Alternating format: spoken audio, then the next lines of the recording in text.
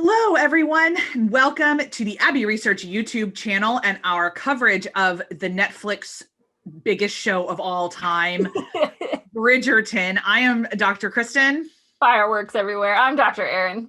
We're two PhDs with social science degrees who really love talking about culture.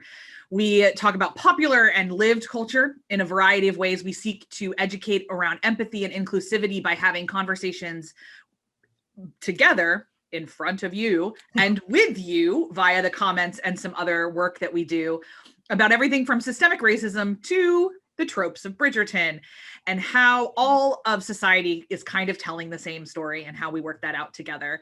So this is our season 1 recap. This is a bit of a hi, maybe it's been a minute, maybe you're watching this in November. Hello from the past. We're recording this in February. Hello from February. The snow is melting. The snow is melting and we still are not vaccinated. So hello from February. Hopefully, if you're watching this in November, there could be snow, but hopefully we're vaccinated. Hopefully we're vaccinated and maybe we have seen each other in person, which would be wow. What an idea. I live in Philadelphia. Dr. Erin lives in Pittsburgh, and we're used to seeing each other every single month, which has not happened in a calendar year. We saw each other once for March. About 5 hours. So this is, we're getting a little antsy, folks. Thankfully, Netflix has kept us company. And so Bridgerton, overall, our review, great show, room to grow. So great show, 2 thumbs way up, room to grow. We have some notes. They've already taken one of our notes on a casting thing. So we want to say personally, thank you. We suggested an actress of Indian descent for the role of Kate Sheffield. And we in fact got Kate, and I cannot remember her new last name, Shawarma, thank you, for season 2. So as you're watching this, our excitement levels are probably ratcheting. Y'all, this is the first time that we ever got something right. Very true. We predict a lot of things poorly for casting choices. So you can imagine the WhatsApp. Gosh, it was on fire at the casting choice announcement. So excited because we were like, A, she's gorgeous. B, hey, diversity, we love it. C, we were right. Yeah, it's D, she's gonna look great with Jonathan Bailey. So I am here for this. For anyone who is maybe just entering the Bridgerton journey and you've decided not to watch season 1, but you're going to jump in with season 2, fair play. Welcome. You're about to hit Anthony and Kate's story, but there are some things you need to know from season 1. Yeah. So that's where we're at today. Bridgerton is a series of 8 books that were published in the 2000s by Julia Quinn. They follow the 8 Bridgerton siblings who are all named alphabetically, even though the series is not told alphabetically. Season 1 of the Netflix show was an adaptation of the first book called The Duke and I, which focused on the oldest daughter and 4th born, Daphne Bridgerton, and her beau, Simon, the Duke of Hastings. We're going to blow through what happened in the season, not the books, because again, the first book was just about Daphne, so we didn't get a lot of this other sibling stuff. Nope. So we're going to blow through what happens to each Bridgerton in the series, as well as then the Featherington family and some assorted side characters to get you ready for the things that you should know for season 2. Yeah, we will drop some hints. We will do some discussion of what we could see in season 2 with Anthony's and Kate's love story. And the things that we're excited for and that we hope to see, starting with the Bridgerton clan and the stories that involve them. Obviously, the 3 youngest Bridgertons don't get a whole lot. There's some fun fighting between Hyacinth and Gregory, which always happens. Francesca is away somewhere learning to play the piano, which is fine. They're all very young. So that takes care of the 3 youngest. Next in line before Francesca is our dear Eloise, feminist Eloise. And we get her story told primarily through her friendship with Penelope Featherington and their not really fitting in to what a woman is supposed to look like, a young woman is supposed to look like and behave like in Regency England in 1813. And so that's kind of the introduction that we get to Eloise. She wants more from life. She doesn't want to be tied down to a husband. She would love to go to university if she could. All these insights we get. Primarily, Eloise spends the second half of the season trying to figure out who Lady Whistledown is, after she is tasked to do so by Queen Charlotte. She doesn't find out who it is, but we do. And it is Penelope Featherington. What craziness. So we get some possible queer coding with Eloise. We're not sure. Her story is book 5 in the series. But they're clear. And takes place after a lengthy time jump, we should say. There is in the series a time jump between books 3 and 4 of about 10 years, 10, 12 years. I don't know. By the time, like, I think in this season, Eloise and Penelope are like 18, 19. And by the time we hit book 4, they're almost 30. Yeah, 28, I want to say. Yeah. So like probably 10 years. Yeah. By the time we get to Eloise's story, we have no idea if that's what's going to happen with her story in the show. But in the books, she's got some time to grow into whatever she becomes, and we don't know. But the primarily we get Eloise on the hunt for Whistledown and kind of on the rocks with her friendship with Penelope for the middle part of the season. But they reconcile at the end, as all best friends always do. And we get a lot of insights into who Penelope is, but we'll get to the Featheringtons in a mo.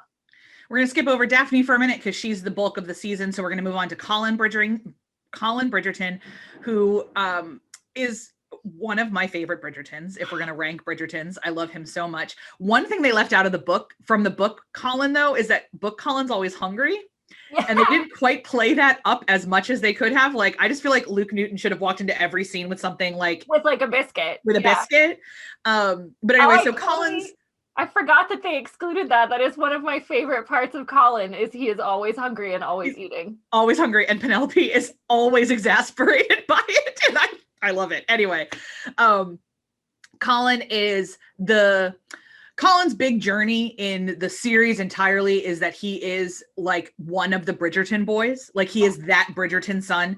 And so a big part is that after, when we finally get his story, he has been traveling for a long time. Mm-hmm. So I knew the TV series was going to be about getting him to the point where he leaves to travel. And how that works is that he gets a bit ensconced with a made up character in the Bridgerton world named Marina Thompson, who is the cousin of Lord Featherington, Penelope's father. And is kind of seduced is a strong word, but she manipulates him into them getting engaged. Yeah. It is then revealed that she is pregnant with another man's child. Colin is like, can't do this. And that is the impetus for him traveling. He considers Penelope Featherington, I think, one of his closest friends. We all know that Penelope is completely in love with him. He has no idea. He loves his siblings, loves his family. The banter between the Bridgertons is always my favorite. There's an incredible scene at the beginning where it's Eloise and Benedict and Colin talking about how babies are made. That is like one of my favorite little microcosms. Even when we get, they're all waiting for Daphne to come down before she's presented to the queen. Yeah. And they're all just kind of waiting and frustrated. And when Eloise just screams like, Daphne, you must make haste. Make haste. Should you think she heard me? Yeah. But the times that they gave us Bridgerton sibling energy was, I have zero complaints. Zero complaints. And we will say that's a big part of books like 2, 3, 4, 5. So like that energy we're hoping continues. Yeah. And especially in the upcoming summer that we know is coming later. So that's Colin. Now we're on to Benedict. Yeah. We get I don't think Benedict is a lot in The Duke and I in the book. Benedict is book 3. Called An Offer from a Gentleman. In this series. If you watched our recaps, you know we're not big fans of Benedict's story in the books. Like, it's fine. Like, we don't hate it. It's just, it's fine. And we think there's holes and it can be better. And we don't love the woman that he ends up with. If you do not know this, in the books, all of the romances and couples are heterosexual, heteronormative, cisgendered men and women. Whether that happens in the show, we do not know. We touched with Eloise that they might be queer coding her. The queer coding with Benedict is a lot stronger. That when we both agree with this, and a lot of other people have talked about it, so they have wiggle room to change Benedict's story, obviously, and they might do that. So we get Benedict in this exploring what it means to be the second son. Antony is the Viscount. He has inherited everything. Antony has all the responsibility. We'll get to Antony in a minute. But Benedict is kind of figuring out, similarly to Colin, what it means to be a Bridgerton, but not the Bridgerton, in terms of the male line of Bridgertons. And he wants to be an artist, which he is in the books. And the conversations between him and Eloise about figuring out who they are and who they get to be in the world were some of my favorite parts from the show. Are not in the books. And I loved their relationship. Yep. I loved their conversations and the way Eloise pushed back and the insights it gave us into both of them. So throughout the series, we get Benedict exploring his artistic eye and meeting Granville, this man, Mr. Granville, Lord Granville, whatever, who is a very prominent artist, and invites Benedict to come along to some of his soirees. One of them is a rather tame nude drawing. I mean, tame for what then happens, but not so tame for Regency England. A nude drawing session. The next one is quite a party of debauchery. Granville is introduced as the only explicitly gay character that we know of so far. And that becomes a journey with Benedict figuring out what it means to be a gay person in Regency London, and how Granville navigates that, and what the morals are of being married to a woman, not morally judging his sexuality, but morally judging his marriage and the deceit therein. And we get the development of Benedict. What becomes of Benedict, we do not know. At the end, he's still jaunting about town with Madame Delacroix, enjoying himself. Antony gives him his blessing to kind of have sex fun with whoever he pleases, because he's the second born son. So who knows what's going to happen to Benedict. He has a little bit more wiggle room than our Antony, who has a lot of stuff in this series. Book Anthony spends this book defending his sister's honor, doing it poorly a few times, but vowedly not believing in love. Show Anthony spends this season defending his sister's honor poorly at times, and being in love with an opera singer and not understanding that he's not allowed to be in love with an opera singer. And she seemed lovely. And personality-wise, she might have even been a good foil for him, but she can't be a Viscountess. That's not what she was raised for. She says that. We're not putting this on her. Yeah. She doesn't know what that world is like. She doesn't know the responsibilities. Marrying a title, especially at this time, is a job.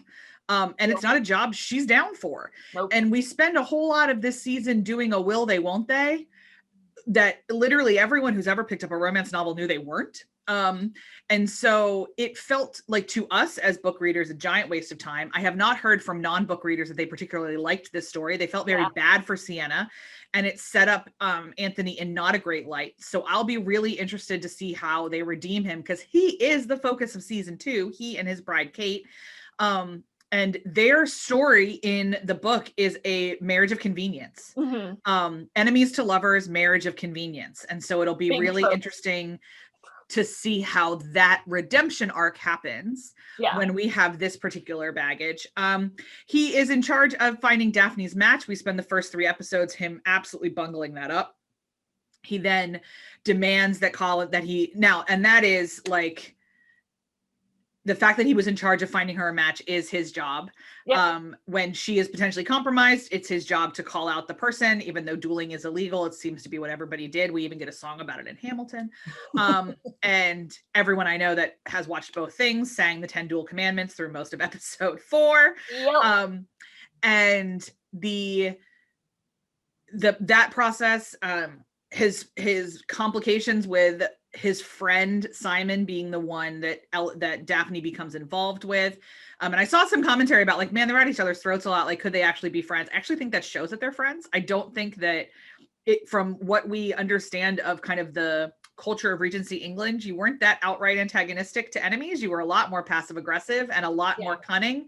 Yeah. For this to like actually be fisticuffs and actually be like all of this emotion, I think that Anthony really cares about Simon and also really cares about Daphne. And it has no idea how to do his job because his dad died when he was 18. And Simon has very few friends in life and counts Anthony Bridgerton as one of those. So I think, when you know someone that well and when you care about someone that well, that's often what happens. Yeah. Also, instead of asking his mother how to do the job, because his mother would know how to do the job, he decides to do it on his own. Yeah. The actor who plays Anthony has said that all of Bridgerton is an examination of the failure of toxic masculinity. And if you know that's the energy he's bringing into this, you can kind of see it in his feral eyes when he's panicking and trying to be the man and his mother just outmaneuvers him. And that I love so much the way they portrayed Violet and Anthony's relationship in this series. Yep. We get more of it in the series than we do in the books. Yep. Because Anthony, in some ways, is more formed in the book in his opinions. He still botches Daphne's stuff. But this idea of who he is and how he's going to marry and how he's going to live his life is very formed at the start of The Duke and I in the books. And so his kind of bumbling and fumbling through this and his conversations with Violet, where she's the one to rein him in and be like, are you the head of this household or are you her oldest brother? Like, shit or get off the pot. You have to make decisions. And then he makes bad decisions and has to learn through those. But the two of them were amazing together and I loved it. Now it's time to talk about Daphne. So Daphne Bridgerton is, as we meet her on the cusp of her first season, she's been presented to the Queen. Her entire existence is about finding a husband and producing an heir for that husband. Mm-hmm. That's it. That's what she's raised to do. As the oldest daughter of a very prominent family, that's the job. And marrying well so that her sisters can marry well. Correct. And she knows it. That's all she's been prepared for. Even though I would argue she actually hasn't been prepared for any of it, but that's a separate matter. She doesn't know how to Viscount. She doesn't know how to be a Viscountess, and she doesn't understand babies. But like, but she knows she's supposed to get married. She knows she has to do it. So this is not on her. This is on the society is terrible. And the Daphne of the books doesn't necessarily want to think she's going to marry for love. No. Companionship, sure. Friendship would be great. Love, she doesn't think so. The Daphne in the books is like, not a tomboy, but like friends with boys a lot easier than she is wanted. And that's not an angle they explored in the show, which is totally fine. But the Daphne in the show would like to marry for love if she could. It's a little bit of a change, but one that becomes not quite as important when her brother's machinations.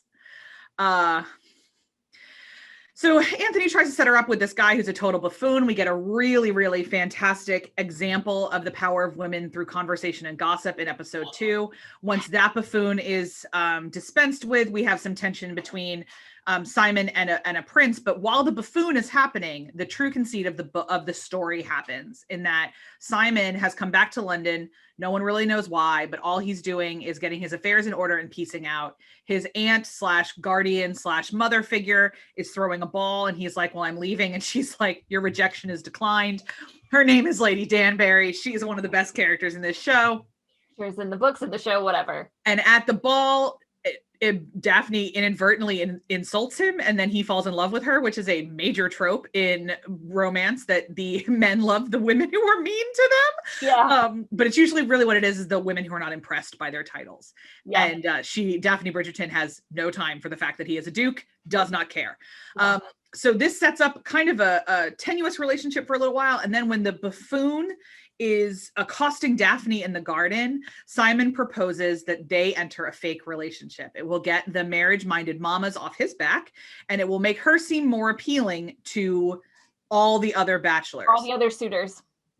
There's a prince involved for a little bit. We don't whatever. And then it turns out that they are seen in a garden, and therefore Daphne is compromised. There's a whole thing with a duel that doesn't matter. And then they get married. Yep. That's the least interesting part of the story in a certain way. What is the most interesting part of the story is that Simon was raised by like a guy with just A+ parenting, just like A+ parenting, completely emotionally neglected. And on his father's deathbed, Simon vowed to never, ever have a child and let the Hastings name die with him. Yeah. It is his final act of revenge against his father. So he tells Daphne, hey, by the way, we're going to have a great marriage. It's going to be fantastic. I cannot have children. I cannot give you children. I cannot give you children, which is not the same thing as I will not give you children. Not give you children. So this whole tension is happening constantly. In episode 6, Daphne, even though they've now been married for a hot minute, Daphne, not through the sex conversation with her mother on her wedding night, but through a series of conversations with a housekeeper and a maid, Daphne finds out the difference between can and won't. And she calls him on it in a very vaguely controversial scene that you can check out our thoughts on in our episode 6 recap. And eventually they come to blows over this. Most of episode 7 is spent with them apart, and they really are it's over again, this can't or won't. And it comes down to which vow is he going to keep? Is he going to keep the vow to his wife, or is he going to keep the vow to his father? And that's the tension of the last 2 episodes. In the final moments of the season, there's a ball, there's rain. Reggie John Page is damp, which is a lovely visual. They reconcile. We get a baby epilogue, which is a really important part of romance. Yeah. And honestly, Daphne and Simon, after Simon chooses the vow to his wife and not the vow to his father, Daphne and Simon live happily ever after, setting therefore up for them to be back characters in the future seasons. We're sure they're still going to show up. They do in all the books. Reggie and Phoebe have both said they really, really hope that the two of them just get to actually spend time together. They really like each other, but they didn't actually get to do that a lot.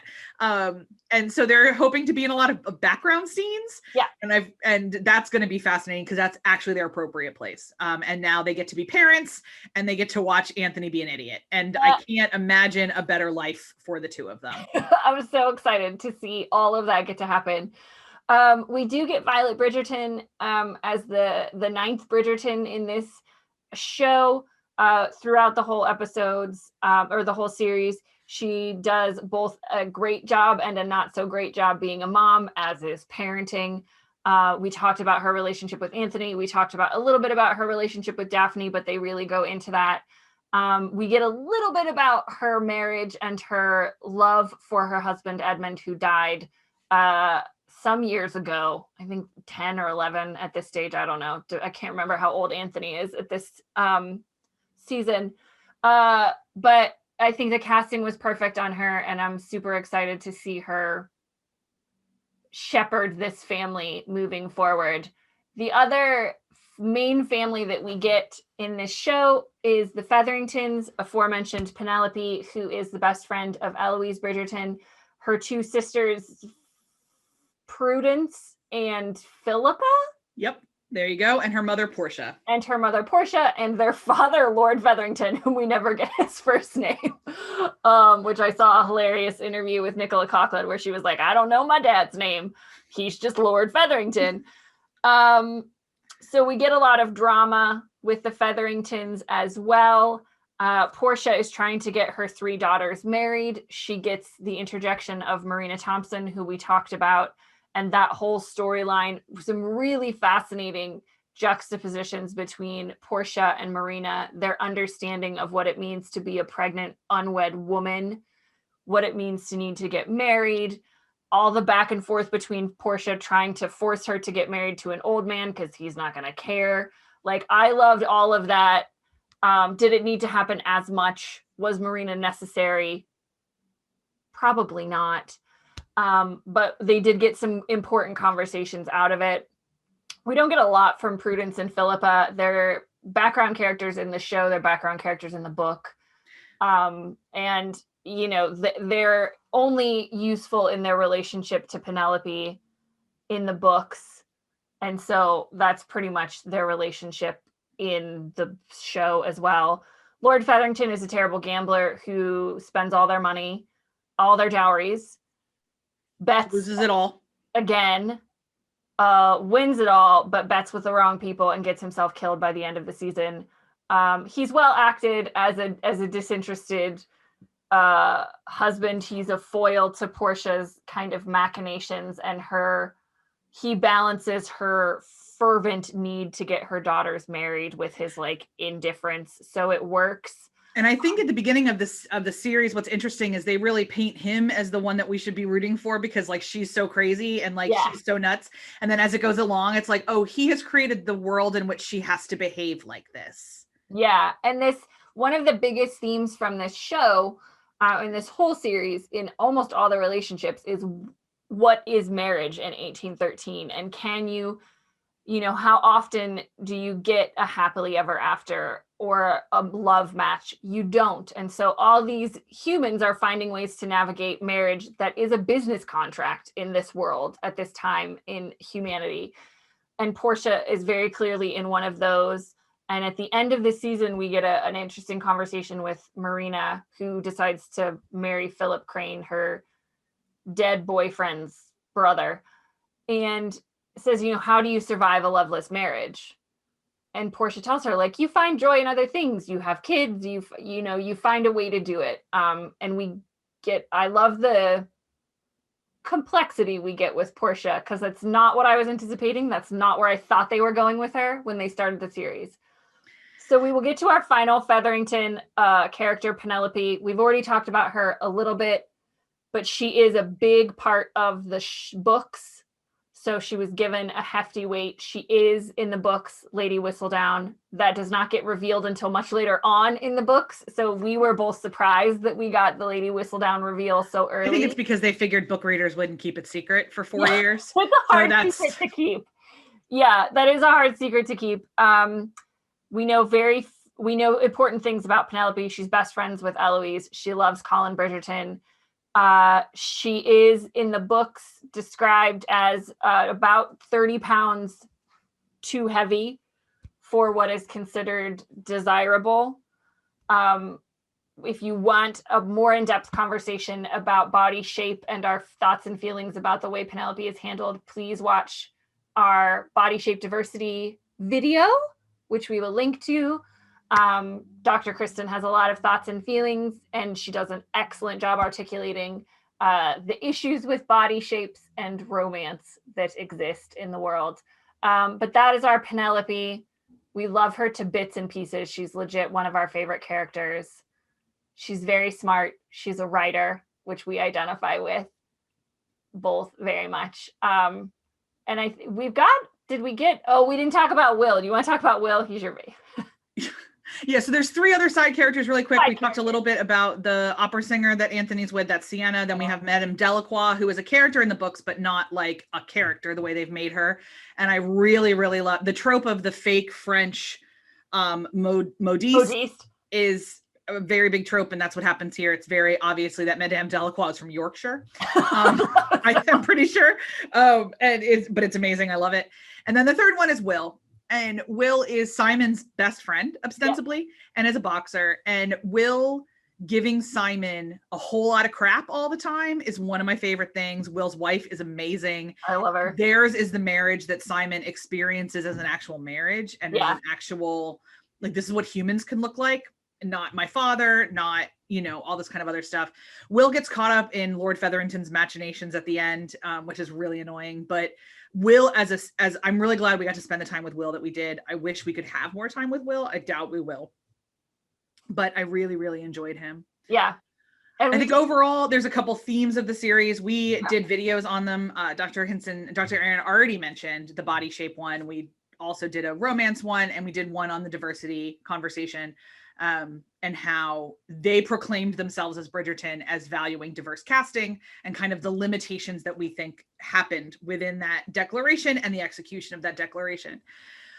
In terms of why we think this show is important, I'll just say this: there's not a lot of shows that center the experiences of women, the aggressive way that this does, especially at this time in history. Yeah. Women's pleasure is centered, women's struggles are centered, women's power is centered. And while choosing to center anything excludes centering other things. And absolutely, that's a choice they made. But as somebody who is a woman and has not seen myself on screen nearly as often from a woman's perspective as I would like it, it's really clear that the scripts are written by people who have lived these mental lives in a way. It's a real gift. It's popular, honestly, because it's frothy and fun, but it's also just grounded enough that it feels real and you can identify with characters and you know what people are going through. And it's Shonda Rhimes, who is the executive producer of this, has created a brand that is very, very good at that combination of fantastical and grounded. And that's what romance novels are.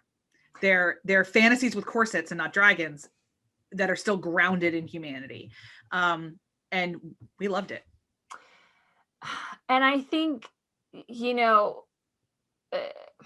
it can be really easy to dismiss some of the seriousness of Bridgerton, or to say that it's just like fluff or fantasy. And one of the reasons, we wanted to talk about it for so many reasons, but one of the reasons was because we loved how well they dealt with a lot of important issues for women, centered around power and agency and choice and marriage. They made a joke out of the whole part of this episodes where Penelope and Eloise were trying to figure out how a woman becomes with child. But it was a real important conversation also about the fact that women weren't taught about their bodies and weren't taught about biology, and it wasn't considered proper to know how you got pregnant. And then you end up in situations like Marina and Daphne, where the women are suffering the consequences.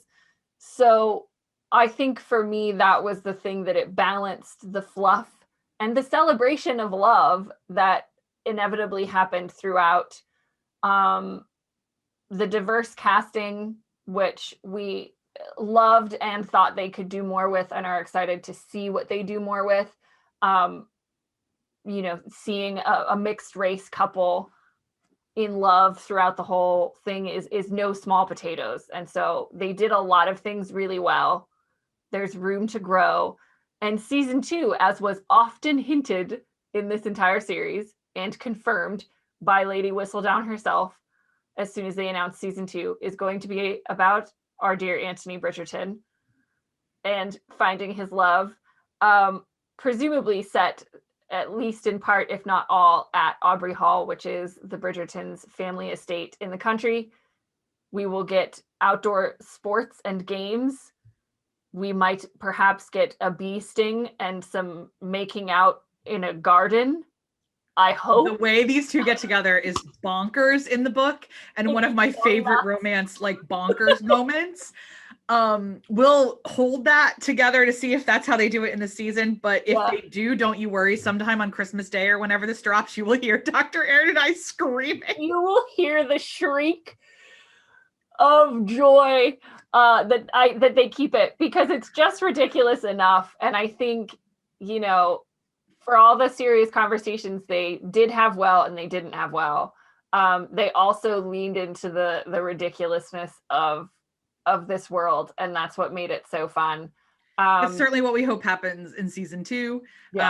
We are particularly going to be watching what they do with Benedict, because Benedict would either be season 3 or they could smush him into season 2, depending on what they do, depending on how many seasons of this Netflix wants and how many siblings we're going to focus on. I think the showrunners have set up that they definitely want to focus on the 5 older children.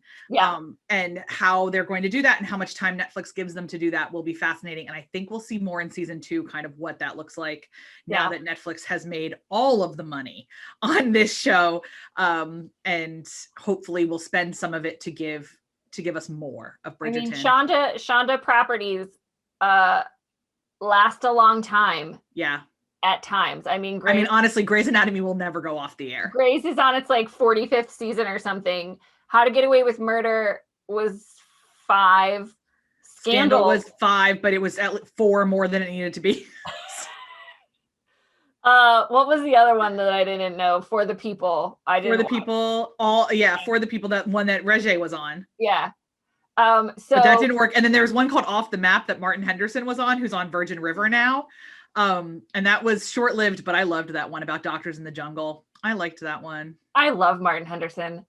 All the way from Bride and Prejudice. Bride and Prejudice.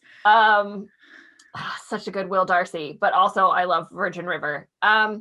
Yeah, so we'll see what they do with the remaining seasons. I think you're totally right that certainly the first 5 Bridgertons, and if they have time to get to Francesca and Gregory and Hyacinth, they will. But obviously they're just little kids, so we couldn't really get huge snippets of their personality in this. Francesca's always outside the bounds of the Bridgertons. That is literally how her story evolves. So it made perfect sense to me to have her not even be present. And that's just one less person they had to tell a story about. So we'll see where all of that goes in season 2, whenever that airs, whenever you're watching this. We will see you next for whatever coverage is on our YouTube. And we will definitely see you as soon as we possibly can for episode 1 of season 2 of Bridgerton. Till then, everybody. Bye.